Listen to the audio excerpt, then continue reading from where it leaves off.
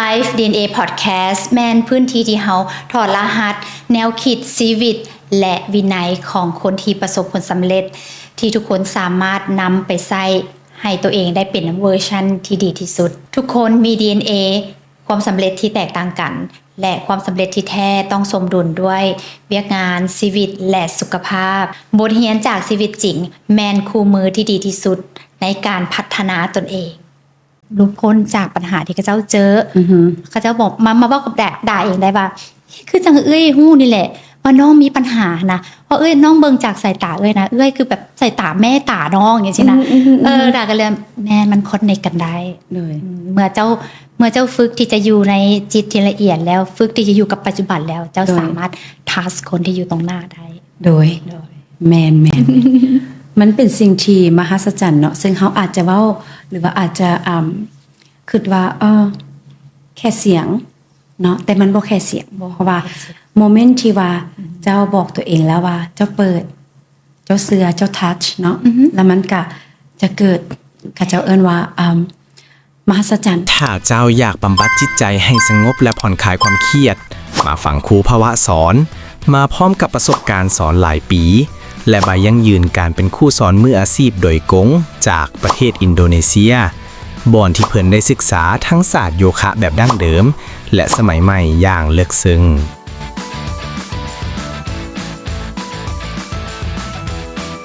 ก่อนที่จะเข้ารายการอย่างเป็นทางการอยากให้ครูพานะแนะนำตัวเองให้ท่านผู้ชมได้รู้จักน้อยนึงว่าเป็นไผมาได้ใส่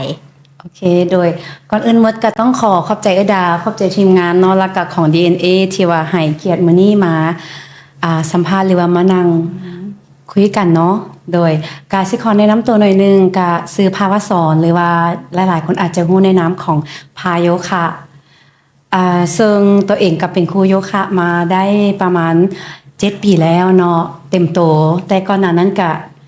แม่นมักในโยคะมาได้หลายกว่า10 กว่าปีเนาะลากะเป็นคนที่มักแชร์ประสบการณ์มักแชร์หลักความรู้ที่เฮามีให้กับคนอ้อมข้างและมื้อนี้ก็หวังว่าจะได้ให้ข้อมูลบ่น้อยก็หลายเกี่ยวกับเวทีนี้เนาะ โดยแม่นคันซั่นอยากให้ครูพาแบ่งปันตัวเองมาดูถ้ามัน DNA ของครูพาที่ใจออกมาแล้ว3คำที่มันเป็นครูพาที่สุดคือหยัง3คำที่เป็นครูพาที่สุดแม่นบ่ให้แต่3คำแม่นบ่ดาแม่โอเค3คำที่เป็นตัวของพาที่สุดเนาะมื้อนี้ก็ขอให้คำว่า home เนาะ HOM เนาะดาอยากจะถามว่า HOM แม่นหยังแม่นความหมายของ HOM แม่นหยังความหมายของ HOM ก็คือ H เนาะก็คือ home home คือหยัง home คือเฮือนเนาะเฮือนของเขาเองซึ่งอยู่นำเฮาเนาะ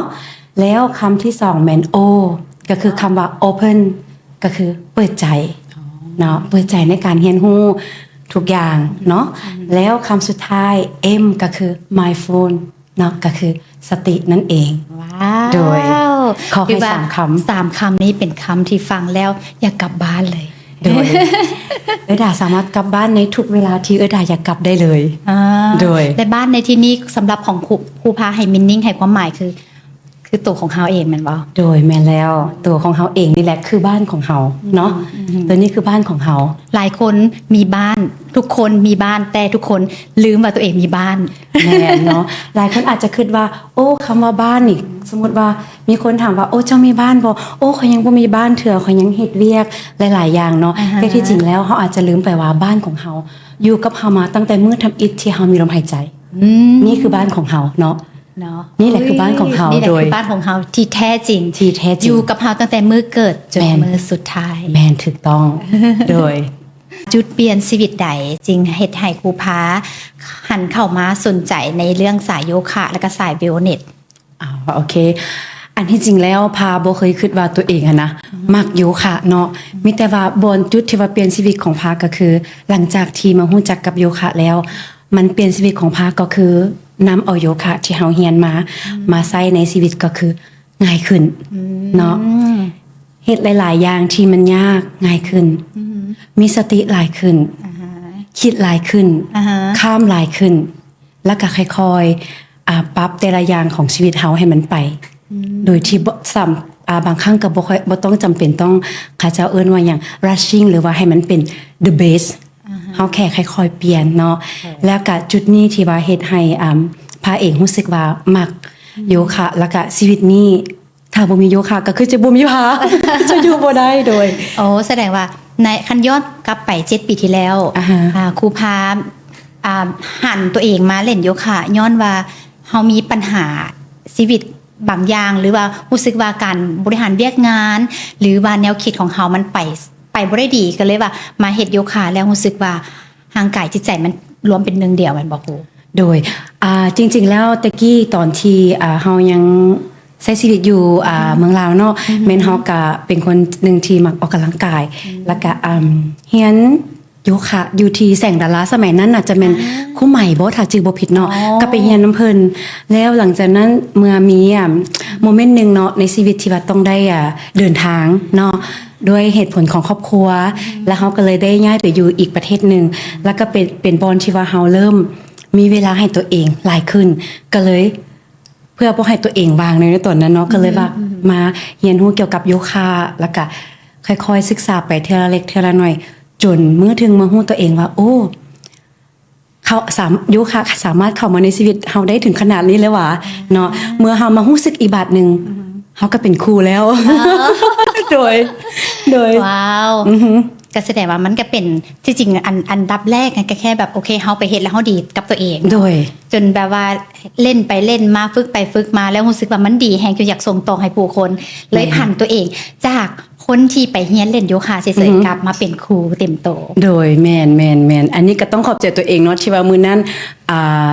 เฮ็ดให้ตัวเองจนมีมื้อนี้ เนาะก็คือว่าเลือกใช้ความว่างให้เป็นประโยชน์ โดยแม่นแล้วโดย แล้วปัจจุบันนี้ครูพานอกจากโยคะแล้วในสิ่งที่ดาเห็นก็คือว่าครูพาหันมาทางซาวเฮียลิ่งนำเพราะว่าดาเองก็เป็นคนหนึ่งที่ได้ไปเรียนกับครูพาที่นำครูมาจากต่างประเทศเพื่อมาสอนซาวเฮียลิ่งโดยเฉพาะแล้วก็จบมาแล้วได้ไปประกาศ โดยก็คือสิ่งที่มันอยู่อ้อมข้างอ้อมแอวหรือว่าสิ่งที่มันอยู่ใกล้ๆกันเนาะมันจะค่อยๆจูนมาเทอละหน่อยก็คือจาก1หา2จาก2หา3จาก3หา4แล้วก็ต่อไป ซึ่งการเรียนรู้ถามว่ามื้อนี้พอบ่ก็ยังบ่พอเรียนไปตลอดก็คือโยคะแล้วเนาะได้มาฮู้จักศึกษาเกี่ยวกับsound healing หรือว่าเสียงบำบัดด้วยขันติเบสเนาะซึ่งตัวนั้นเฮาก็มีความรู้ค่อนข้างดีอยู่ในการแชร์หรือว่าในการสอนเนาะก็หลายๆคนก็จะมักตัวนี้ก็จะเป็นสิ่งที่ว่าบางคนอาจจะคิดว่าโอ้โยคะมันคือจะยากแท้แนวใดเนาะเฮาก็เลยบอกว่าโอเคมันจะบ่มีแต่โยคะเด้อมันจะมี1 2 3 4เนาะก็จึงมีsound healing หรือว่าซิงอิงโบขึ้นมาเนาะโดยก็ถือว่าครบคันเว้าเรื่องห่างกายกับแมนโยคะ โดย ที่ว่าเขาต้องได้ฝึกห่างกาย แต่เว้าเรื่องคลื่นพลังงานหรือว่าเรื่องเขาเอิ้นจิตสำนึกก็คือต้องเป็นซาวเฮียลิ่ง โดย เพราะว่าคนเฮาประกอบด้วย2สิ่งเนาะคือหูกับน้ำ แม่น หูกับน้ำที่เกิดมาเป็นคนเฮานี่ โดย แสดงว่าครูพากัดมาถึกทางหลายเลย หวังว่า โดย หวังว่าจะได้แบบมอบสิ่งที่เราเคยมีประสบการณ์เลยว่าเรียนรู้มา ให้เกิดผลประโยชน์หลายที่สุด โดย อยู่ที่กับคนอยู่บ้านเฮาเนาะโดย แมนเพราะว่าเฮาก็เห็นอยู่ต่างประเทศหลายแล้ว ในเรื่องบ่ว่าจะเป็นศาสตร์ของการฮีลลิ่งบ่ว่าจะเป็นเรื่องทางในหรือว่าสุขภาพทางกายเรื่องโยคะเนาะแต่ว่าหลักๆที่เกิดมาก็คือจากอินเดียเนาะโยคะ โดยแม่น แต่ทีนี้เฮาเฮ็ดจังได๋ให้คนลาวเฮานะได้ฮู้ว่าโยคะนะบ่ได้แค่ฝึกทางกายอย่างเดียวคือมันจะได้จากทางในออกมาพร้อมก็คือจิตใจจิตวิญญาณของเฮาออกมาพร้อมได้เองเสื้อแน่นอนว่าไผที่ได้มีโอกาสเรียนกับครูพานี่ก็สิสัมผัสในจุดนั้นได้ โดยตัวนี้แม่นถ่ายว่าอยากให้แนะนำเนาะหรือว่าเรียนเชิญให้คนที่ยังบ่มีประสบการณ์เกี่ยวกับเรื่องโยคะเนาะทำอิฐเลยก็อยากให้เปิดใจเนาะพาเฮือนหลังนี้เนาะไปเปิดใจเนาะก็กลับมาก็คือสโลแกนของ DNA ของพาเนาะพาเฮือนหลังนี้ไปเปิดใจเนาะไปเปิดใจไปเปิดปองเอี่ยมไปเปิดชีวิตของเฮาพาไปร้องก่อนเนาะบ่ฟ้าวตัดสินว่าเฮาเฮ็ดบ่ได้หรือว่าไปบ่ได้เนาะซึ่งระยะ2 ปีที่ผ่านมาเนาะจะได้ยินหลายคนที่ มีคำถามว่าเฮาอยากเรียนโยคะแต่ว่าเฮาอะน่ะโตแข็งเฮาโตบ่อ่อนเฮาต้องเรียนโยคะบ่ได้แหละ อ่าฮะ จะมี question จะมีคำถามหลายๆอย่างขึ้นมาโมเมนต์นี้เฮาก็เลยอยากบอกว่า การเรียนโยคะเนาะจากที่พาได้มีประสบการณ์มาเนาะแม่นอันที่จริงแล้วเฮาบ่ต้องจำเป็นต้องใส่ห่างกายของเฮาหลายเนาะแต่ว่าเฮาจะใส่ความเชื่อของเฮาแล้วก็ที่เฮ็ดให้เฮามีความสุขจากภายในแท้ๆแล้วโยคะก็บ่แม่น competition บ่แม่นการแข่งขันเนาะห่างกายของเฮาก็คือห่างกายของเฮาเฮือนของเฮาก็คือเฮือนของเฮาแต่ meaning เนาะหรือว่าความหมายของโยคะแม่นเฮ็ดแนวใดเนาะจะให้ห่างกายนี้มีความสุขจากทางไหนเนาะตัวนี้อยากบอกทุกคนว่าบ่มีคำว่าบ่ได้เนาะทุกคนสามารถเฮ็ดได้ลองเปิดใจแล้วไปลองเบิง เนาะ โดย แม่นเพราะว่าดาเองก็จุดเริ่มต้นที่เฮ็ดให้ตัวเองก้าวเข้ามาสู่สายนี้แรกๆก็แม่นโยคะคือกัน โอ้ แม่น โดย เพราะว่าเวลาเฮาเรียนไปแล้วฝึกไปแล้วเฮามันสามารถเกิดขึ้นในทางในของเฮาได้ว่า เอ๊ะขนาดว่าห่างกายเฮานะเฮายังสั่งให้เฮานะเฮ็ดตามเฮาบ่ได้ตอนนั้นโตดาเองก็แข็งแฮงเนาะมันแบบมันแข็งมันตึงไปเบิดทุกส่วนนะ เลย เอาแค่เฮาสิก้มยืดจับตีนตัวเองนี่นะก็ยังก้มบ่ถึงแล้วเราก็บอกตัวเองว่าเอ้าลงแม่ลงให้ได้เฮ็ดให้ได้แม่คนอื่นยังเฮ็ดได้ โดย เอื้อยๆกับเจ้าหลายปีแล้วอายุแก่กว่าเฮาเขาเจ้ายังเฮ็ดได้ โดย แล้วเป็นหยังเจ้าคือเฮ็ดบ่ได้ แล้วมันก็มาเสด็จตื่นทางไหนอ๋อภาษาหยังกับโลกภายนอกภาษาหยังกับคนอื่น แม่น เฮาจิตเฮาบอกว่าเฮาแท้ๆเฮายังสั่งตัวเองบ่ได้แล้ว โดย ก็เลยเฮ็ดให้ปล่อยวาง โดย ปัญหาที่เกิดขึ้นบางเทื่อเครียดๆโอเคโยคะ อือฮึ แต่ปัจจุบันนี้เครียดๆพิลาทิสธรรมดา อ่าฮะ แม่ โดย แต่ก็ยังมีโมเมนต์ที่แบบยังโยคะอยู่เพราะว่า อ่าฮะ รู้สึกว่ามันได้ประสาทเป็นหนึ่งเดียวนะ อือฮึ ทางในทั้งทางกายจิตใจ อือฮึ รวมเป็นหนึ่งเดียว อือฮึโดยสำหรับพาแล้วพาคิดว่ากีฬาใดหมดก็เป็นสิ่งที่ดีต่อเฮาเนาะเพราะว่าสิ่งสำคัญก็คือเฮาอินหรือว่าเฮาอยู่นำมันหรือว่าเฮาเปิดใจให้มันแท้เนาะแล้วเฮาก็เชื่อใจของเฮาเนาะโอเค แล้วเฮาจะมีความสุขไปในแต่ละก้าวเฮาบ่จำเป็นว่ามื้อนี้เนาะเฮาต้องเฮ็ด handstand หรือว่า handstand หรือว่าท่าที่ยากๆแล้วเฮาจะเอามาคอมเพลนำตัวเองว่าโอ้ข่อยเฮ็ดท่านี้บ่ได้ข่อยต้องเล่นโยคะบ่ได้แหละเนาะมื้อนี้จากประสบการณ์ที่มีเนาะพาอยากขอแชร์หน่อยนึงว่าคนที่บ่เคยเล่นโยคะมาเปิดใจของตัวเองเนาะลองมาเบิงลองมาศึกษาเบิงเนาะเพราะว่าตามทฤษฎีหรือว่า practice ตามการลงตัวจริงเนาะที่พามีแล้วก็ประสบการณ์ต่างๆที่เกิดขึ้นกับนักเรียนหลายๆคนเนาะบ่ว่าจะอยู่ที่อินโดนีเซียหรือว่าอยู่ที่ลาวเนาะพาจะบอกว่าโอเคเด้อโยคะแมนเฮาบ่ต้องจะเป็นต้องใส่ห่างกายของเฮาหลายแต่สิ่งที่สำคัญคือจิตใจของเฮาเวลาเฮาเรียนเฮามีความสุขบ่เนาะแล้วบัดนี้เมื่อที่เฮาเห็นหลายๆคนที่เฮ็ดท่าเขาจะว่าท่าพิสดารเนาะ handstand tripod โอเคต่างๆนานานั่นคือโบนัส แม่ นั่นคือกำไรของข้าเจ้าเนาะกำไรนั้นเป็นหยังก็คือคนที่ฝึกฝนมาโดน แม่นแล้วแข็งแรงขึ้นเด้ แมน สามารถ of course เฮ็ดได้ เวลาเจ้าเฮ็ดเวียกดุนแม่นบ่ เจ้า เจ้า ก็ เฮ็ด ต้อง เวียก เก่ง ดี ขึ้น เจ้าต้องเก่งขึ้นแล้วเจ้าก็ต้องมีโบนัสเจ้าก็ยังต้องมีโบนัสประจำปีห่างไกลเจ้าบอดี้เจ้าเฮ็ดได้ดุนปานใดมันก็จะเป็นโบนัสให้เจ้าเนาะเพราะฉะนั้นมื้อนี้เฮาจะบ่คอมแพร์เนาะเฮาจะบ่เปรียบเทียบว่าผู้นี้เฮ็ดได้แล้วค่อยต้องเฮ็ดได้แบบนี้ค่อยจึงไปเนาะเฮาเปิดใจไปก่อนค่อยๆศึกษาไปเนาะ ให้ห่างกายบอกเขาเองว่าเขาจะได้ขนาดใด แมนสิ่งที่สำคัญคือเราต้องแฮปปี้ from inside to out เนาะ แม่น โดย แล้วทีนี้เขาอยากให้ครูพาแบ่งปันว่าการเล่นโยคะนี่นะผลประโยชน์ที่ได้นะมีอย่างเด โอเคโยคะเนาะผลลัพธ์หรือว่า benefit เนาะ benefit ของ โดยที่ได้ก็คือหลักๆเลยเนาะของการเรียนโยคะกันแม่นเฮามาเรียนเพื่อความผ่อนคลายแม่นบ่หลายๆคนจะคิดว่าโอ้ข่อยเครียดนะข่อยซีเรียสนะข่อยสิจังได๋วะคนที่มีประสบการณ์แล้วลองไปเรียนโยคะลองไปเรียนพิลาทิสลองไปเนาะทางนี้เบิ่งแม่ แม่น เนาะแล้วก็จะค่อยเชิญขึ้นมาว่าโอ้โยคะมันเป็นหยังน้อมันเนี่ยมื้อนี้สิขอเว้าสั้นๆให้ฟังว่าโยคะก็แม่นสปอร์ตหรือว่าการออกกำลังกายสิ่งหนึ่งเนาะแต่จะเสื่อมโยนไปไหนหรือว่าเป็น connection เป็น connect เนาะไปจากการใส่ลมหายใจเนาะการคอนโทรลตัวเอง ห แล้วการเข้าใจตัวเอง แล้วท่าแต่ละท่าที่เฮาออกมาเนาะจะออกมาจากการหันใจของเฮาเข้าเป็นแนวใดออกเป็นแนวใดหันใจเขาออกถึกระบอเนาะแล้วหลังจากที่เฮาเฮ็ดได้แล้วผลประโยชน์หรือว่า benefit เนาะประโยชน์ที่มันเกิดขึ้นมาก็คือเฮ็ดให้เฮารู้สึกผ่อนคลาย มีความสุขจากทางในและพร้อมกันนั้นเนาะการฝึกโยคะก็จะเสริมสร้างเขาเรียกว่าบุคลิกภาพปรับกระดูกของเฮา in the same time ไปพร้อมโดยแมนอันนี้คือ benefit หลักๆที่จะได้เลยแมนโดยอันนี้ดาเองก็ถือว่าเห็นดีนำอันนี้เพราะว่าเฮ็ดมาแล้วก็ได้รับผลลัพธ์จนพัฒนามาถึงขั้นพิลาทิสแล้วก็ยังนำไส้อาทิตย์หนึ่งกับ3 ชั่วโมงต่ออาทิตย์ยังขี้ร้ายโดยโอ้ถือว่าสุดยอดแล้ว สุดยอดแล้วครูดาวถือว่าสุดยอดหลายๆโดย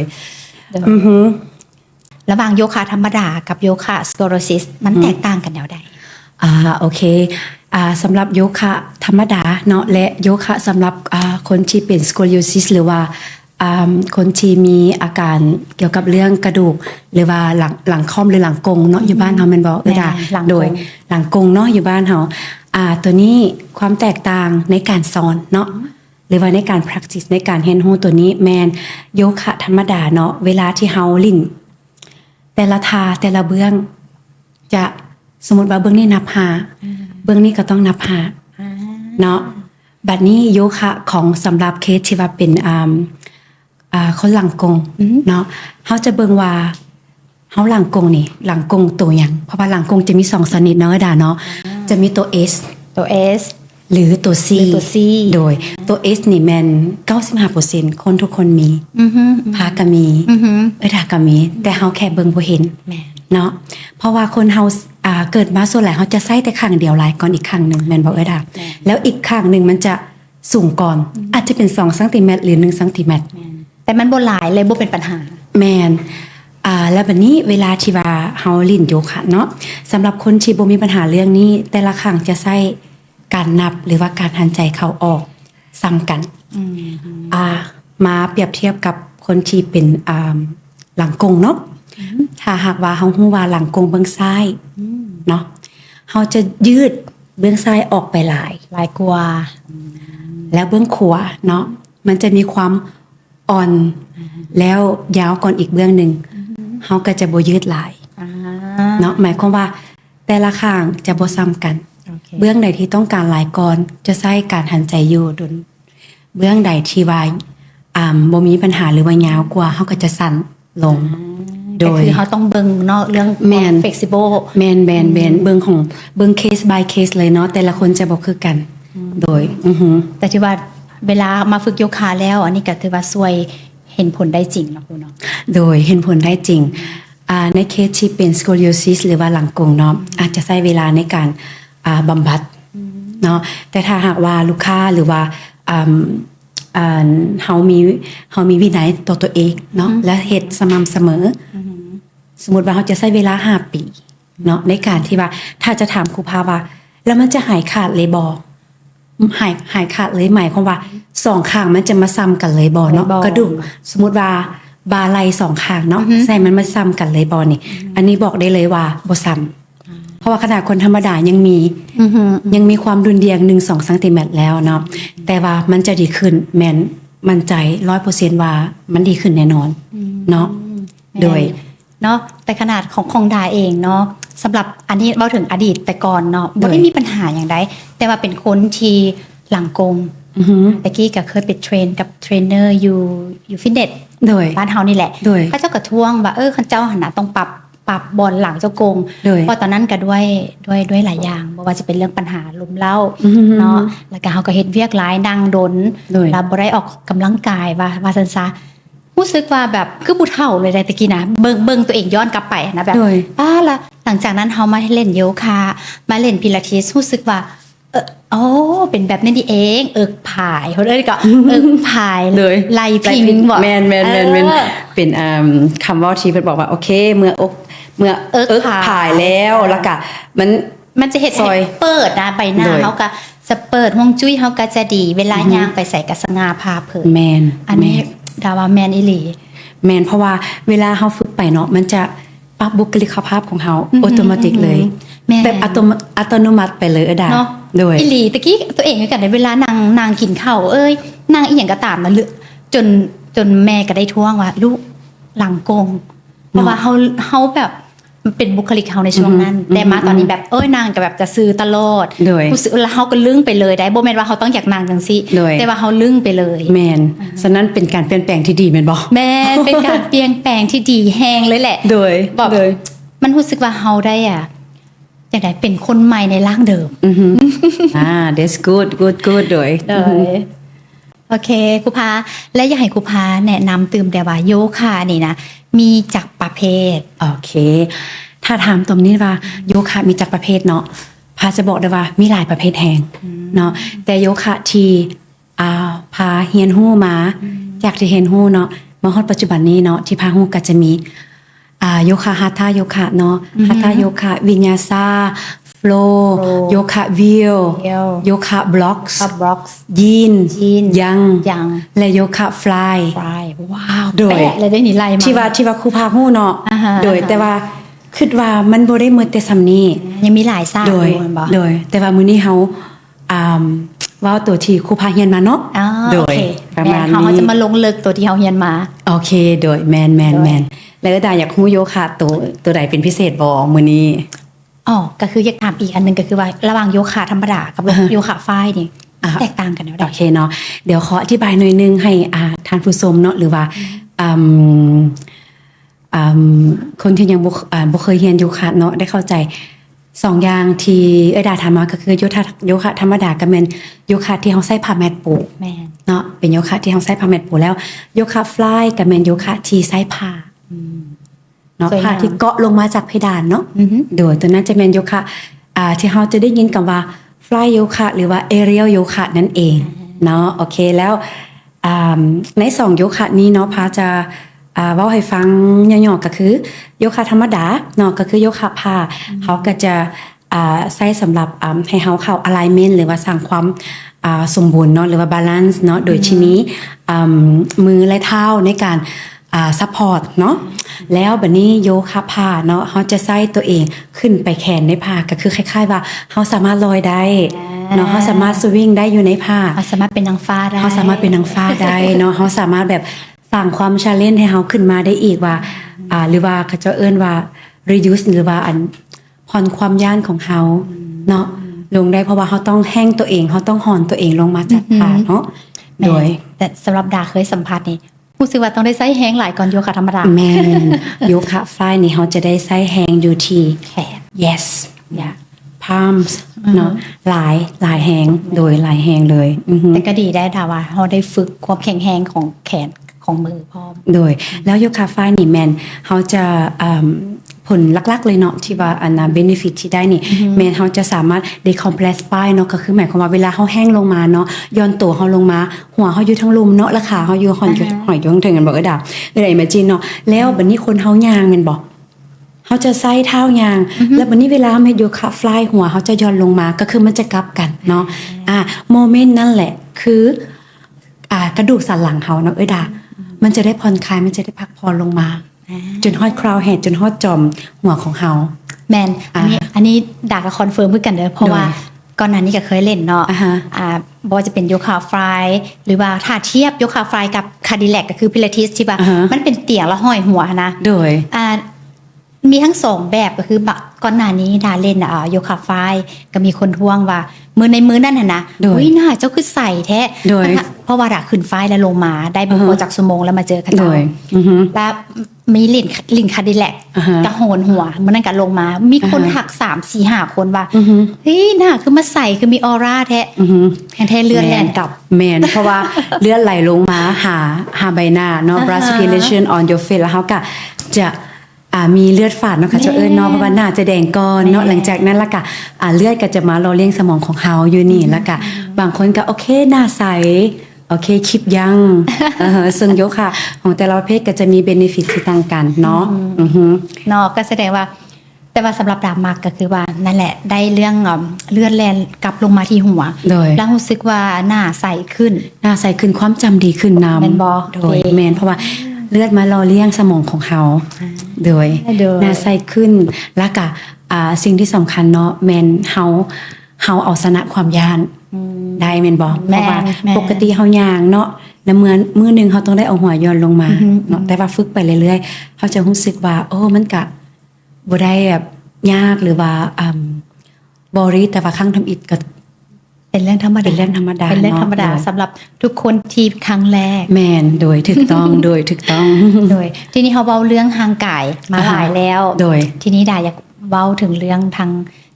ทางในก็คือว่าจิตใจจิตสำนึกจิตวิญญาณของเฮาหรือว่าคลื่นพลังงาน อือฮึ ก็คือว่า sound healing โดย โดยอยากให้ครูพาอธิบายbenefit ของ sound healing ให้ อือฮึ หลายผู้คนที่ยังบ่เคยสัมผัส โอเคSound Healing หรือว่าฮู้กันในเสียงบำบัดด้วยคันทิเบตเนาะซึ่งหลายๆคนอาจจะฮู้เรื่องตัวนี้มาแดเนาะอยู่ที่ประเทศเฮาก็เริ่มมีข่าวจะว่าเนาะโดยแม่นหลายขึ้นในจุดนี้ที่พาเนาะอยากแชร์ก็คือ Sound Healing หรือว่าเสียง vibration หรือว่าเสียงสะท้อนบ่ดาเพิ่นเอิ้น vibration เนาะ แมน vibration เสียงสะท้อนนั่นแห เสียง ละ สะท้อนที่ออกมาจากโบเวลาที่เฮาเคาะเนาะเสียง vibration ตัวนี้เนาะสามารถเฮ็ดให้เฮามีความผ่อนคลายได้เนาะก็คือเสียงของ vibration จะสามารถเข้ามาเนาะในสั้นเขาจะเอิ้นว่า facial เนาะ facial มันหมายความว่าเวลาที่เฮาถึกมีดปาดเฮาจะมีเลือดออกแม่นบ่โอเคเสียงของ vibration จะสามารถเข้ามา connect อยู่ในสั้นตัวนี้ได้โอเคพอ connect ไปแล้วเนาะแล้วจะเฮ็ดให้ความตึงเครียดของเฮาผ่อนคลายหรือว่าmuscle เนาะที่มันตึงหรือว่ามันblock เนาะค่อยๆ คลาย ผ่อนคลายค่อยๆคลายออกโดยแล้วก็คันเว้าเกี่ยวกับ sound bowl หรือว่า sound healing แม่นปกติแล้วเฮาจะบ่ได้ใช้ body เฮาหลายเฮาก็มีแต่นั่งอาจจะเป็นท่านั่งก็ได้ท่านอนก็ได้โดยแล้วเฮาก็แค่ผ่อนคลายแล้วปล่อยให้เสียงนั้นบำบัดโดย เพราะว่าคนเฮามีจักระเนาะครูพา โดยแมนคนเฮามีถ้าบอดี้ของเฮาเนาะตัวของเฮานี่มีหลายจักระ small cell รุ่นมันก็เป็นจักระแล้ว แต่ว่าจุดใหญ่ๆของเฮามี7จักระโดยแมนเนาะ ก็คือ sound healing นี่ก็จะไปคอยบำบัดแต่ละจักระขึ้นมา ตั้งแต่จักระแรกเนาะจักระที่1จนฮอดคราวจักระเลย โดยจนฮอดจักระที่ ที่7เลย โดยแมน โดยนั่นแหละสำหรับดาเองอะอันนี้มันจะสิว่ากาย belief แล้วได้ ฮะ มันเป็นศรัทธาไปแล้ว เพราะว่ามันแฮปเปิลขึ้นมาแล้วดาได้มี experience นำมัน แม่ และได้ลองแท้ๆได้ใช้แท้ๆแม่นบ่เอ้ย แม่นแล้ว โดย เพราะว่ามันเกิดขึ้นกับตัวเฮาแล้วเฮาได้ไปทดลองแล้วเฮาได้เห็นแล้วรู้สึกว่ามันมีการเปลี่ยนแปลงจากทางในขึ้นมาอีหลี โดย ล่าสุดที่ดาไปร่วมงานที่โคตรนิจัดขึ้นวันอาทิตย์เมื่อกี้ โด เนาะ ยโดย ผ่านมาดาก็ได้ไปมีโอกาสเฮ็ดให้ผู้คนที่ว่าเพิ่นมาโนบุเนาะ โดย แต่มื้อวานนี้มื้อเป็นวันอาทิตย์ที่แล้วเป็นมื้อที่ว่าตัวเองได้ให้ของขวัญตัวเอง โดย เป็นนั่งเป็นนอน ฮะ ขับไล่พลังงานลบ โดย แล้วก็ไปสร้างคลื่นเสียงพลังงานบวกให้ตัวเอง โดย บ่เป็นตาเสือกับเป็นตาเสือหมายถึงว่ามันมีจังได๋ว่าเฮานอนหลับดีขึ้นกลับมานอนหั่นนะ โดย นอนหลับดีขึ้นแล้วrecover หั่นนะ โดย ดีแฮง 95% โดย แล้วอันสองมาก็คือว่าดาวบ่ฮู้เด้อรู้สึกว่าแนมไปเบิ่งโทรศัพท์ยามใดนะตัวเลขอะนะสมมุติว่าเนาะ0612 09 แล้วว่า เป็นโมเมนต์บาลานซ์ตลอดแม่นบ่ แม่นคนหัวลุกเว้าแล้วก็ได้ด่าก็เลยว่า มันจักรวาลกำลังบอกอีหยังเฮาบางอย่างบ่สินะแล้วรู้สึกดีอะนะเวลาเฮาแนมเห็นเอ้าอย่างคือเจอตัวเลขนี้อีกละคือเจอตัวเลขนี้อีกละสินะแบบด่าเสื้อสำหรับด่าเองเสื้อแล้วจุดศรัทธาแหละว่าก็เปรียบเสมือนทางกายของคนเฮาเนาะ โดย ทุกมื้อเฮายังอาบน้ำเช้าแรงเห็นบ่ที่นี่พลังงานของเฮาคนเฮานี่อาศัยด้วยพลังงานเฮาจึงค่อยสามารถเอาเวกขึ้นมาล้มกันได้แบบนี้ โดย และดาเชื่อว่าคันพลังงานดีก็คือกับรถที่ได้รับ เสื้อพลังงานที่ดี มันก็สามารถโฟลว์สามารถไปได้ไกลไปได้ไวขึ้น โดย นั่นบ่คันรถคันใดที่ใช้พลังงานบ่ดีหรือว่าบ่ได้เปลี่ยนน้ำมันเครื่อง อือฮึมันก็จะฝืดเนาะ มันก็จะฝืด ก็จะไป สุดท้าย ยากอือฮึ มันก็จะดับ โดย นะในมุมมองที่ดาเข้าใจ โดย สำหรับครูพาเด้ครูพาคิดเห็นว่าเป็นแนวใดเด้ โดยคือที่ด่าเว้ามากูก็ 100% agree นำเนาะโดยเพราะว่ามีหลายๆเคสที่ว่าเพิ่นมาร้องsound healing เนาะซึ่งมีหลายๆอย่างที่เกิดขึ้น แล้วเพิ่นบ่ฮู้ว่าจะต้องหาทางออกแนวใดเนาะ Release แนวใด โดยคนเฮาบางครั้งเวลาที่มีปัญหาหลายคล้ายๆว่าเขาเจ้าเอิ้นว่าหยังภาษาบ้านเฮามืด แป แป ด ด ด้า ด้าน นโดยเข้าใจมืดแปดด้านเนาะและบัดนี้เวลาที่เฮามาศึกษาหรือว่ามา experience เนาะมามีประสบการณ์ในสิ่งต่างๆ โดย ที่แบบอาจจะเป็นโยคะบ่พิลาทิสบ่ซาวด์ฮีลิ่งบ่หลายๆอย่างนี้ก็จะเฮ็ดให้เฮาเข้าใจตัวเองหลายขึ้นเพราะว่าทุกสิ่งทุกอย่างนี้ก็จะฝึกให้เฮาเนาะเริ่มตั้งแต่การหายใจให้ถูกเข้าออกของเฮาก่อนแล้วจะ หายใจ ค่อยๆ ผิดชีวิตเปลี่ยน หายใจพิดชีวิตเปลี่ยนหายใจถูกชีวิตได้กำไร ได้กำไรชีวิตดี โดยแมนเนาะเพราะว่าบางคนอาจจะคิดว่าการหายใจค่อยก็หายใจทุกคนหายใจเหมือนถ้าบ่หายใจครับผมจะบ่สามารถมีชีวิตอยู่ได้เนาะแต่ว่าการหายใจถูกและการหายใจผิดบางคนอาจจะยังคอนฟิวว่าการหายใจมีหายใจถูกหายใจผิดพร้อมว่าดาพาก็เลยบอกว่าเวลาหันใจเข้ารู้สึกแนวใดก็หันใจไปซื่อๆนี่แหละเข้าออกเขาก็เลยบอกว่าโอ้ลองมาหันใจแบบนี้เบิ่งบ่ลองเอามือวางใส่หน้าอกตัวเองเบิ่งดูเวลาหันใจเข้ารู้สึกว่าหน้าอกพองขึ้นบ่รู้สึกว่ามี reaction something บ่และการหันใจออกดิพอเริ่มมาฝึกเนาะเขาต้องได้ฟังได้เนาะด่าแม่นบ่เขาต้องได้ฟังลมหายใจเฮาว่าค่อยหันใจเข้ากับออกนี่ถูกละบ่แม่นบ่ คันเฮาฟังจนแบบฮอตละเอียดแล้วนะ อ่าฮะ เสียงหายใจก็ยังเป็นก็จังเสียงพายุเลยบ่แม่นแฮง แม่น ในตอนนั้นเฮาอยู่กับตัวเอง อือฮึ 100% โดย ประสาทรับหูของเฮาปิดเบิดแล้ว โดย เหลือแต่หูอย่างเขาเอิ้นหูดัง อ่าฮะ ในการที่มันมีลมหายใจเข้าออกแต่ โดย ตอนนั้นนะฟีลแบบนั้นนะโอ้เป็นฟีลที่หาซื้ออยู่ใส่กับไรครูพา แม่น เป็นความสุขสงบอย่างแท้จริง ที่ โดย ดาบ่เคยได้อยากใส่มาก่อน โดย นั่นแหละหลังจากเข้าใจแล้วก็เอาตัวเองมาทางนี้เลย หลังจากนั้นหลังจากที่เราฮู้แล้วว่าความสุขที่แท้จริง คือจากทางในของเขา โดย ที่ฝึกด้วยลมหายใจของเขา โดย อือฮึ แล้วจากจุดนั้นเนาะดากะมาเสื่อมโยมกับsound healing หรือว่าเสียงบำบัดเนาะจะซอยได้ตื่มอีกก็คือหมายความว่าสิ่งที่มันเกิดขึ้นหลังจากที่เรามี experience หลายๆครั้งเนาะแต่จุดนี้พาอยากจะเซ็นmessage หน่อยหนึงก็คือขอให้ทุกคนนะเนาะก่อนจะเริ่มอีหยังกะยาเสื้อตัวเองเนาะบ่คิดตัวเองเนาะว่าความจริงนำตัวเองก่อนแม่นบ่ดา แม่น ว่าความจริงนำตัวเองก่อน แม่นเขาต้องยอมรับก่อ แม่ น นโดย เขาต้องยอมรับก่อนถ้าเมื่อใดเขาบ่ยอมรับเขาจะบ่มีการเปลี่ยนแปลง โดย ทุกอย่างด่า โดย เวลาด่าเว้ากับตัวเองคือกันเว้ากับพนักงานเว้ากับทุกคนด้วยกัน โดย แมนเจ้าสามารถไปได้เจ้าคิดว่าเจ้าโอเคชีวิตเจ้าโอเคแมนเจ้าก็โอเคซ้ำนี่แหละ โดย แต่มื้อใดก็ตามที่เจ้าหันกลับมายอมรับตัวเองเจ้าจึงคิดอยากหาทางเปลี่ยนแปลงจึงอยากหาทางพ้นทุกข์ โดยมื้อนี้พาอยากซื้อว่า1เขาต้องบอกคิดตัวเองว่าน้ำตัวเองก่อนให้ชัดเจนเนาะ อ่าฮะ โอเค2พยายามฟังตัวเองว่ามื้อนี้เนาะเฮามีหยังที่เฮาอยากจะเอาออกหรือเฮาอยากจะเอาไว้เนาะ อ่าฮะ แล้วค่อยๆเปิดใจให้ตัวเองลองมาศึกษาเบิ่งว่าโอเคคันหากว่าเฮามี information หรือว่ามีข้อมูลเนาะว่ามันดีเนาะโอ้มันดีแท้บ่เฮาจะ question ตัวเองแมันบ่ถ้ามันดีแท้โอเคเฮาลองก็บ่เสียหายได้ก็คือกำไรของเฮา แม่ บ่ได้ก็คือเป็นประสบการณ์แม่นบ่ดา แม่ น้องก็เลยคิดว่าจากโยคะจนมาฮอดการฝึก sound healing หรือว่าเอาเสียงคันบำบัดเนาะเจ๊ได้เฮานี่มีแต่ได้แล้วก็ได้เนาะก็คือได้ในจุดนี้แม่น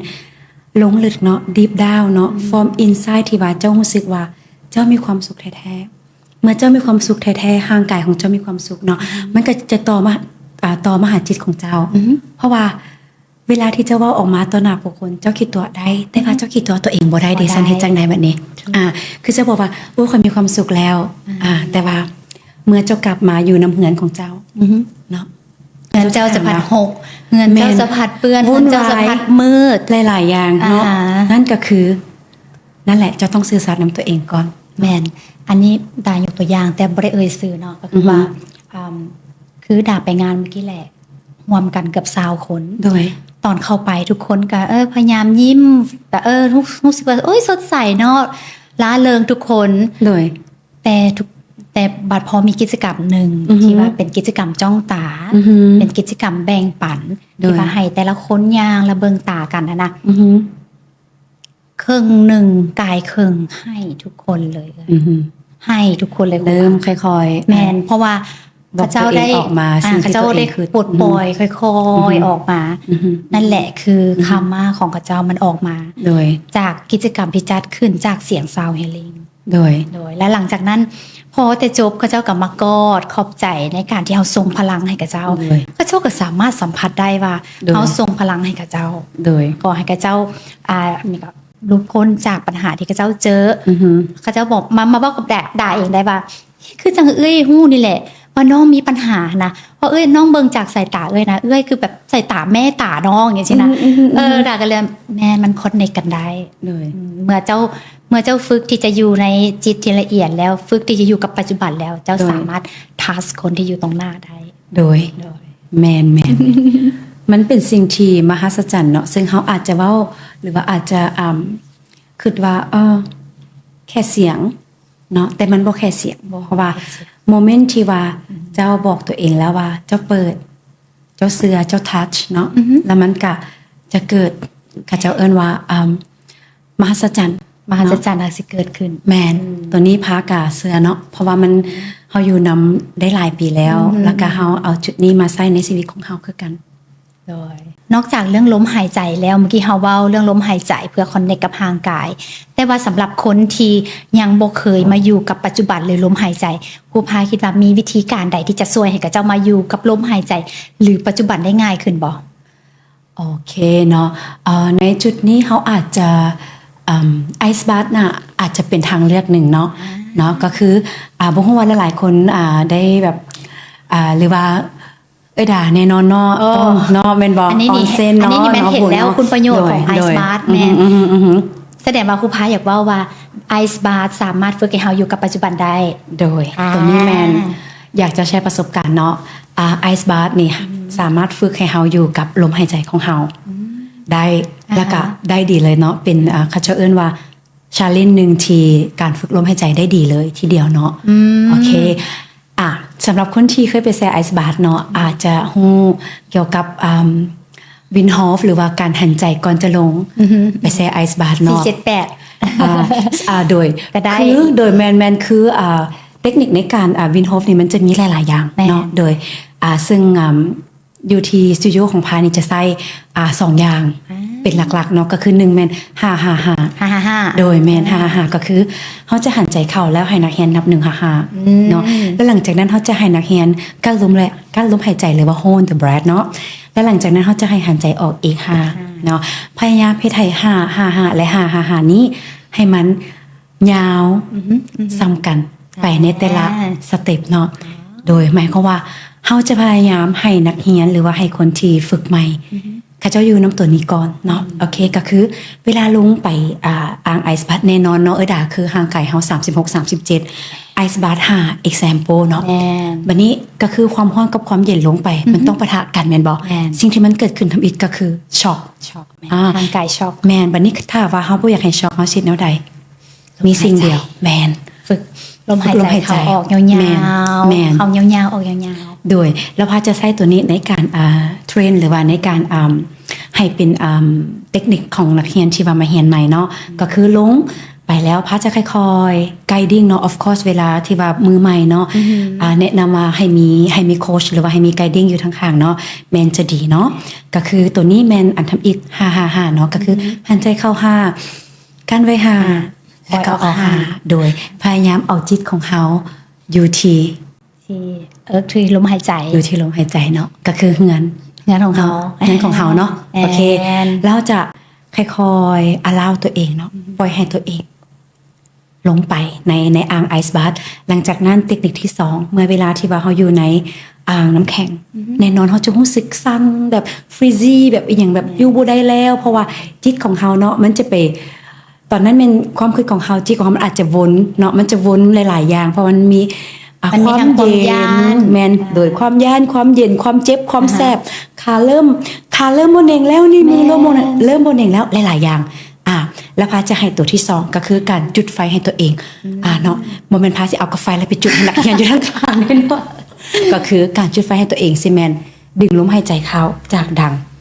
แล้วทางออกจากปากก็คือแบบนี้โดยสิใช้จะหลอกคอ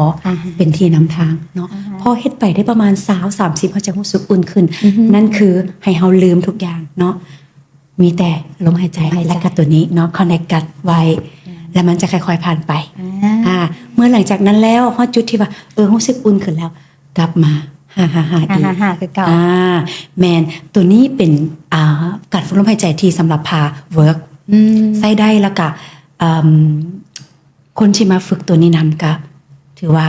95% แมนบ่มีปัญหาหยังแมนเนาะคันแมนสังเกตด้วยกันไผ่ที่ได้ฝึกลมหายใจจึงสามารถอยู่กับไอซ์บาร์ได้โดยคันไผ่บ่ได้ฝึกลองแล้วเนาะมีทีมแลนเก่งหลายแล่นแข็งแรงกล้ามใหญ่บ่ได้ก็ได้มาลงแซ่ไอซ์บาร์อยู่บ่ได้จักคน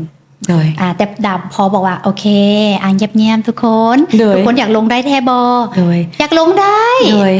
อยากลงได้ซ้ำใดอยากลงได้มื้อนี้เลยแหละโอเคกันซั่นฟังเด้อมาเฮามาฝึกหายใจกันก่อนหลังจากฝึกหายใจแล้วผ่านกันทุกคนแม่เนาะเพราะว่าคนเวลาเกิดความแพนิคปุ๊บแล้วเด้ออกก่อนแมนแพนิคปุ๊บแล้วโอ้เย็นเด้ออกก่อนเพราะว่าตอนนั้นมันยังบ่นิ่งเนาะแม่นยังบ่นิ่งแล้วเมื่อฝึกลมหายใจแล้วเข้าใจเทคนิคของมันแล้วค่อยๆลงไปแล้วค่อยๆคอนโทรลอีหยังก็บ่สามารถเอาชนะใจตัวนี้ได้แม่นเฮาเองเฮาต้องฝึกแล้วเฮาต้องฝึกแล้วเฮาต้องนิ่งแล้วเฮาต้องค่อยๆเรียนรู้เนาะแล้วค่อยๆเชื่อว่าโอเคค่อยเฮ็ดได้แม่อันนี้นะดาว่ามันเป็นอีกวิธีการหนึ่งนอกจากที่เฮาเอาชนะร่างกายเฮาแล้วเนาะเอาชนะใจเฮาย้อนว่าถ้าเฮาเอาชนะความเย็นนี้ได้เอาชนะเขาเอิ้นหยังคนเฮามันสิมี2โหมดเนาะก็คือว่าซิมพาเทติกคือกลไกอัตโนมัติของร่างกายกับพาราซิมพาเทติกแม่ผ่อนคลายเนาะไผที่เอาชนะตัวนี้ได้หลังจากออกไปนะชีวิตจะดีขึ้นกว่าเก่าเพราะว่าอย่างเขาจะเอาเทคนิคนี้ในการที่จะไปฝึกเอาชนะเพราะว่าจะบางคนอกหักมายัง move on บ่ได้หรือบางคนเอาชนะว่าโอเคข่อยสิบ่เฮ็ดสิ่งนี้แต่ข่อยยังเฮ็ดบ่ได้จักเทื่อหรือว่าเอาชนะในหลายๆพื้นที่ที่เขาเจ้าบอกว่ามันมีความเป็นไปบ่ได้แต่หลังจากมาฝึกใจอยู่ไอซ์บาร์แล้วเขาจะบอกว่ามันมีความเป็นไปได้เพราะว่าขนาดตอนน้ำเย็นข่อยสิโดดออกแล้วแต่ข่อยยังเฮ็ดได้ใช่มั้ยโดยหลายคนก็คือเวลาเขาเจ้าไปสตูดิโอเนาะพาจะถามคำถามเดี่ยวกับ100คนก็อย่า200คนก็อย่าพาจะขอถามคำถามทำอิฐก่อนว่าเป็นหยังคือมาแซ่ไอซ์บาร์ดาวฮู้บ่คำตอบที่เป็นเท่าใดมีหลายเห็นเป็นเทรนด์แล้วมาแซ่เนาะโอเคบ่ได้หมายความว่าทั้งหมดนั้นแม่นเป็นคำตอบที่ว่าพาได้แต่ว่าเขาจะเอิ้นว่าเวลาเฮาเฮ็ดstatistic เนาะหรือว่าเฮ็ดการวิเคราะห์เบิ่งเนาะแม่นเทรนเนาะโดยเทรนมาเพราะเทรนแม่นมาเพราะเทรนอยากลองเบิ่งก็จะคอนเทนต์แม่นมาเพราะคอนเทนต์อย่างหลายๆอย่างจนมีบางคนถามว่าพาไปจ้างผู้นี้เท่าใดนะแล้วผู้นี้เราเป็น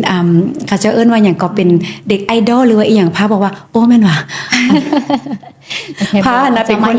คนที่โอนสไตล์เนาะโอนเวอร์ชันจะบ่ค่อยฮู้เรื่องโซเชียลหรือว่าอีหยังแล้วพาก็เลยบอกว่าโอ้บ่ได้เพิ่นก็มาเองเพิ่นก็มีค่าใช้จ่ายแล้วก็เข้ามาบริการจังซี่เนาะ มีน้องๆบางคนจากต่างแขวงโทรมาว่าโอ้ผู้นี้เพิ่นไปอันนั้นเพิ่นค่าตัวแนวใดอย่างซี่นะแล้วพาก็เลยมาเข้าใจว่าโอ้คือสิแม่นว่าเพิ่นมาย้อนนี่แล้ววันนี้ก็ได้รับฟังหลายๆคนว่ามาย้อนเห็นอยู่คลิปเห็นอยู่นี่แล้วก็เลยอยากมาเฮ็ดคอนเทนต์บอกกับIt's okay ตัวนั้นก็เป็น reason ที่ว่าแต่ละคนมีต่างกันแต่สิ่งที่เกิดขึ้นก็คือเวลาที่ข้าเจ้าเฮ็ดแล้วเนาะข้าเจ้ากลับมาเฮ็ดอีกนั่นหมายความว่ามันมีผลมันได้ต่อกับข้าเจ้าแม่นบ่น้องก็เลยเชื่อว่าโอ้โอเคเนาะแปลว่าข้าเจ้าจะมาจาก reason ใดก็อยาเฮาต้อง treat ไหนที่เฮาต้อง treat ในนามที่เฮาเป็นโค้ชที่เป็นคนไกด์ดิ้งเนาะเฮาก็ต้อง treat ให้ไป เขาต้อง treat ให้ดีที่สุด โดยแมน ให้เจ้าได้รับผลลัพธ์ที่สุด โดยแมนบางครั้งเนาะพาก็คือบ่เข้าใจว่าอันแบบเขาเจ้าคือมีกล้องหลายๆกล้องแบบนี้นะดาเนาะเฮาก็จะย่านแบบว่าเขาเจ้าบ่มีสมาธิหรือว่าอีหยังเนาะโอเคแต่เวลาที่ว่าเขาเจ้าเฮ็ดแล้วเขาเจ้าลงไปแล้วแซ่แล้ว ทุกคนก็จะบอกว่าเพราะว่าพาจะถามฟีดแบ็กหลังจากนั้นเนาะเขาเจ้าก็บอกว่าโอ้รู้สึกแบบนอนหลับดีอันดับแรกที่เจ้าเห็นคือนอนหลับดี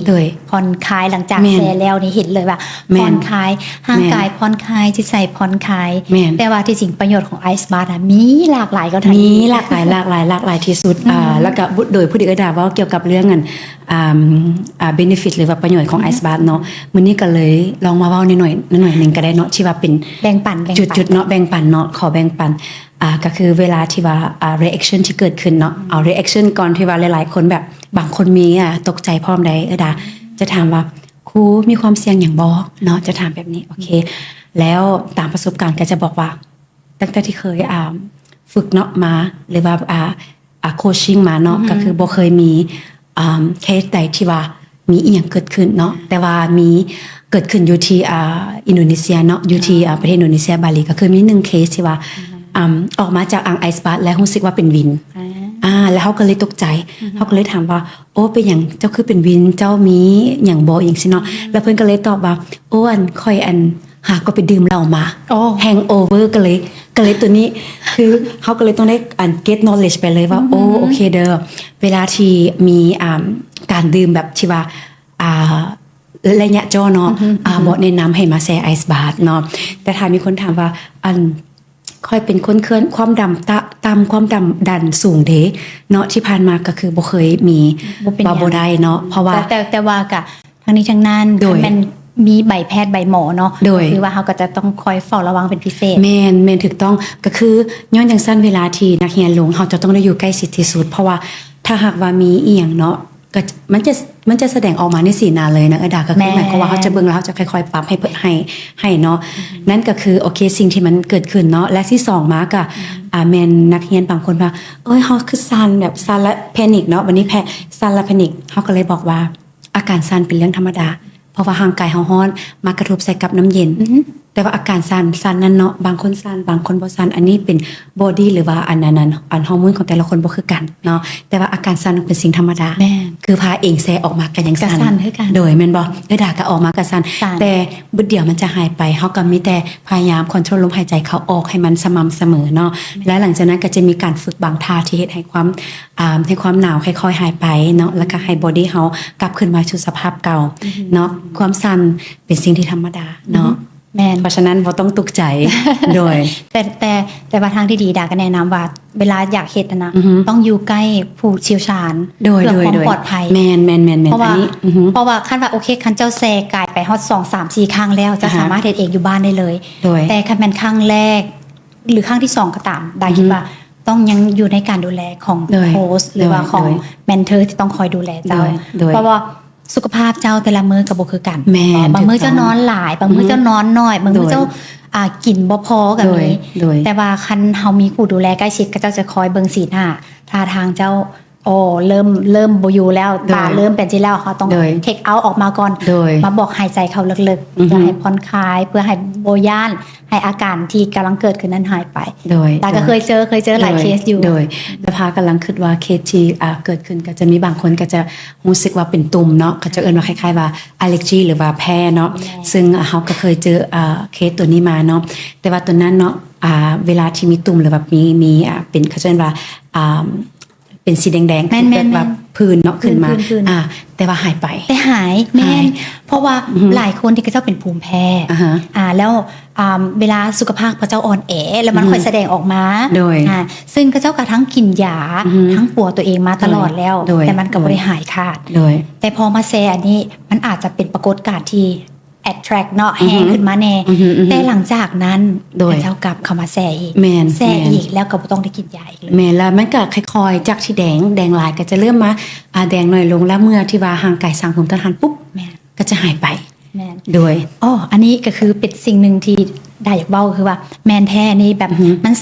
น้ำร้อนน้ำเย็นมันสามารถสร้างภูมิต้านทานให้กับเฮาได้ แม่น อืม โดยแม่น หลังจากที่ดาเฮ็ดออนเซ็นแล้วก็แช่ไอซ์บาร์ไปมาๆเนาะ อือฮึ เวลาไปต่างประเทศเจออากาศหนาวก็ยาอากาศร้อนก็ยาจะบ่เป็นไข้บ่เป็นไอบ่ได้กลับมาบ้านแล้วบ่มีอาการป่วยตะกี้เลยแม่นกลับมาปึ๊บ เลย จะต้องได้รักษาตัวเองก่อน เพราะว่าบอดี้อันตี้ดามัน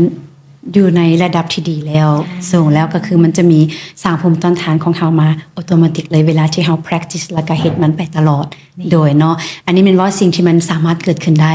โอเคเนาะพอล้มกันเรื่องไอซ์บาร์แล้วกันยาวกันไปเลย จนพาจนลืมว่าคำถามของดาคือ benefit เนาะโอเค benefit มื้อนี้ขอ3ข้อง่ายๆเลย อือฮึ แซ่ไอซ์บาร์เนาะ โอเค จะสามารถปวดพวกที่ว่าไส้ห่างกายหรือว่าอักเสบเนาะมัสเซลอักเสบ มัส ได้ โซอักเสบ โดย ลากๆเลยที่ โดย เห็นชัดเจนเลย โดยแมนผ่อนคลายเนาะ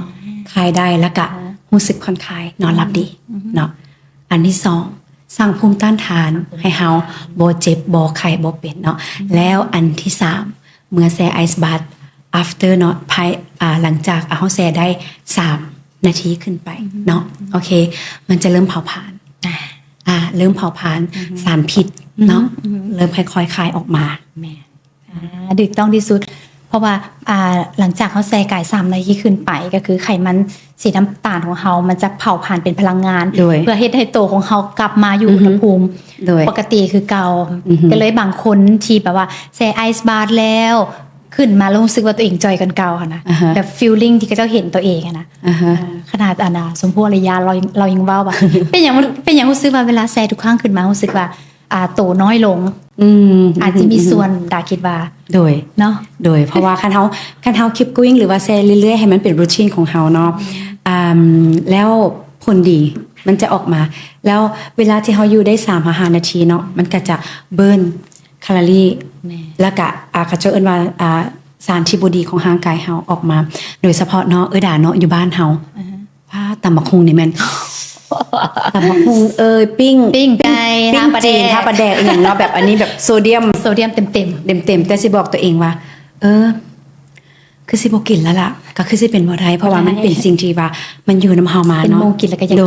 แต่เฮาอาจจะหา หา way เขาจะเอิ้นว่าเนาะหาเวหรือว่าหา something ที่ว่าเฮ็ดให้จุดตัวนี้สมมุติว่าเฮากินโซเดียมหรือว่าแป้งน้อยอย่างหลายเนาะเฮาจะสังเกต อาการบวมแมันบ่ดาเกิดขึ้นอาการบวมจะมาอย่างเมียงเนาะการใช้ไอซ์บัตก็คือลดบวมได้พร้อมเนาะเพราะฉะนั้นเฮาโอเคอยากอยู่เคียงข้างเนาะอันนี้ก็อยากเฮ็ดแต่ว่าข่อยบ่อยากเป็นอันนี้โอเคหาอันใดอันหนึงที่มันเฮ็ดให้เฮาบาลานซ์ ๆ เนาะแม่น โข บ่ บน้ำวันนี้โขบ โดย ที่เฮาล้มกันมาเมื่อกี้ก็มีหลากหลายหัวข้อหลากหลายอย่างที่ครูพาได้เฮ็ดได้ปฏิบัติให้กับคนอื่นเนาะและทีนี้ดาอยากถามกลับเข้ามาหาครูพาเบิ่งว่านิยามความสมดุลของครูพาที่เฮ็ดให้ครูพาสามารถสมดุลได้ทั้งร่างกายและจิตใจครูพามีวิธีการเฮ็ดแนวใดจัดการแนวใดแด โอเคโดยเนาะคือทุกคนเห็นว่ากูพาเฮ็ดเรื่องนี้คือแบบสะดวกสบายมีเวียกที่แบบว่าผ่อนคลายตลอดเนาะอันที่จริงแล้วครูพาก็มีเวียกหลาย เนาะคือทุกๆคนเลยมีเวียกหลายแล้วก็พยายามปรับให้มันสมดุลเนาะก็คือเวลาเฮ็ดเวียกก็คือเต็มที่เนาะหลังจากนั้นก็ต้องได้แบ่งเวลาให้ตัวเองเนาะในการมาทรีตตัวเอง คือมื้อหนึงเฮามี7มื้อซ้ำๆกันหมดแม่นบ่ไอ้ดา แม่ พระอาจจะดึงมามือหนึ่งมือนั้นเป็นเวลาของคอยเนาะหมายทาม หมายทาง ขอเฮ็ดทุกอย่างในมือนั้นเนาะให้ตัวเอง แม่นบ่ เนาะและหลังจากนั้นก็จึงค่อยๆโอเค กลับมาใหม่ครูพาจะเป็นแบบนี้โมเมนต์ไหนที่รู้สึกว่าเมื่อยนะ อือฮึ โอเคคนเราทุกคนเมื่อยได้บางคนท้อนะโอเค เวลาเฮ็ดเวียกหลายเมื่อยก็ต้องมีความท้อ แม่ แต่ครูจะมีอันหนึงที่อยู่ใน mindset หรือว่า remind ตัวเองเสมอก็คือพาท้อได้แล้วก็พักแล้วก็นั่งแต่ว่าจะบ่ถอยจากเถื่อได้ดา เมื่อที่ว่าท้อแล้วเฮาพักโมเมนต์นั้นเฮาจะต้อง recharge เนาะก็คือกลับมา reset ตัวเองใหม่กับสิ่งที่เฮาเรียนมานั่นแหละอยู่กับลมหายใจใส่ซาวโบเข้ามาทวีตตัวเองหลังจากนั้นพร้อมแล้วค่ะกลับมาต่อใหม่เนาะ เนาะอันนี้ก็คือ หัวใจที่เข้มแข็งและยิ่งใหญ่ของคุณ แมนเฮาต้องมีเขาเจ้าเอิ้นว่าดิสซิปลินเนาะอันของตนเอง แต่ละคนอาจจะมีต่างกัน แต่ว่าอยากขอให้ทุกคนมีตัวนี้เนาะท้อได้แต่บ่ถอยยามเมื่อยให้พักแล้วกลับมาสู่ต่อ เพราะว่ามันคือชีวิตเด็กดา เนาะ เนาะ ชีวิต โดย ต้องดำเนินไปด้วยจังหวะ โดยแมนบางคนอาจจะคิดว่าโอ้ว้าวคือง่ายแท้คือในนิยายเลยแต่ที่จริงแล้วชีวิตเฮามันก็เป็นนิยายนี่แหละเนาะ แม่น เพราะฉะนั้นเฮาแค่หาทางของเฮาที่มันเหมาะสมกับเฮาเนาะเนาะให้มันถูกเนาะแล้วก็ลองแล้วก็ให้มันถูกก็คือโอเค อยู่กับตัวเองอยู่กับเฮือนหลังนี้ อือฮึ เปิดโปรแกรมออกไปรับลมรับอินโฟเมชันรับข้อมูลต่างๆ หลังจากนั้นคิดสติมาปัญญามันก็เกิดไงเนาะโดยตัวนี้อยากให้ทุกๆคนได้ลองใช้ตัวนี้เบิง อือฮึ เนาะ โดยว้าวแม่นแท้เนาะบ่ว่าจะเป็นตั้งแต่ยุคใดมา คือคำนี่ก็ดากาฟังแล้วก็อ่านเนาะก็คือพระพุทธเจ้าเพิ่นบอกว่าคนเฮานี่ถ้าว่าสติแล้วมีสมาธิก็จะเกิดปัญญา อือฮึโดยแมน โดยแล้วทีนี้ดาอยากให้ครูพาเนาะถ้าสมมุติว่าหลายคนที่ฟังมาแล้วนี่นะ อือฮึ พระเจ้าก็ว่าโอ้มันดีเนาะดีหลายอย่างเนาะเห็นครูพาเว้ากับดาแล้วก็ดาเองก็ยืนยันแล้วว่ามันดี ถ้าแม่นผู้คนที่เขาเจ้ายังบ่ได้อยากยังบ่ได้มีโอกาสที่จะลองบ่ว่าจะเป็นพิลาทิสแมทหรือว่าจะเป็นไอซ์บาร์หรือซาวเฮลิ่งที่เขาจะมีกิจกรรมไวๆนี้ที่โนบุอยากให้ครูพาได้เชิญชวนแขกทุกคนให้ได้ไปสัมผัสบรรยากาศ เพราะว่ามื้อนั้นครูพาจะเป็นคนหนึ่งที่ไปดำเนินรายการ โอเคเนาะโอเคกับพอดีเลยเนาะสำหรับแขกทานใดหรือว่าลูกค้าทานใดซึ่งจะเป็นลูกค้าเก่าหรือว่าลูกค้าใหม่เนาะที่ว่าได้ฟังพอดแคสต์ตัวนี้เนาะแล้วก็รู้สึกว่าอินเป็นน้ำพวกเฮาหรือว่าโอ้ฟังแล้วแบบรู้สึกตื่นเต้นและอยากลองเด้แมนคือคำที่เพิ่นเว้าแท้บอกก็อย่าลืมกันเนาะในวันที่23หรือ22เดือน3นี่เนาะเดือน3นี้เนาะ แม่น โอ เดือน เค นี้เลย มาเจอกับครูพาแล้วก็หลายๆ ทีมงาน ทานเนาะทีมงานของ DNA Nobu Onsen แม่น UT โนบุ Nobu ออนเซ็น เนาะ UT Asian Mall เนาะ แม่อยู่ Asian Mall เลย โดยแล้วเขาก็มาแชร์ประสบการณ์น้ำกันเบิงโดยและสำหรับมื้อนี้ดาเองก็ต้องขอบใจครูพาที่เสียสละเวลามาแบ่งปันเคล็ดลับความรู้ดีๆ แบบนี้ แล้วก็มาบอกว่า DNA ครูพาแม่นแนวใด ซึ่งเฮ็ดให้ดาและก็ท่านผู้ชมได้ใกล้ชิดครูพาหลายขึ้น โดย จากการที่ครูพาเป็นบ้าน และก็จิตสอนให้ทุกคนได้กลับมาบ้านของตนเองเนาะและสำหรับคลิปนี้ดาเองก็ประทับใจแล้วก็มีความสุขหลาย ขอขอบใจครูพาอีกครั้งหนึ่งเด้อที่มาร่วมรายการ ขอบใจ ขอบใจ Namaste Namaste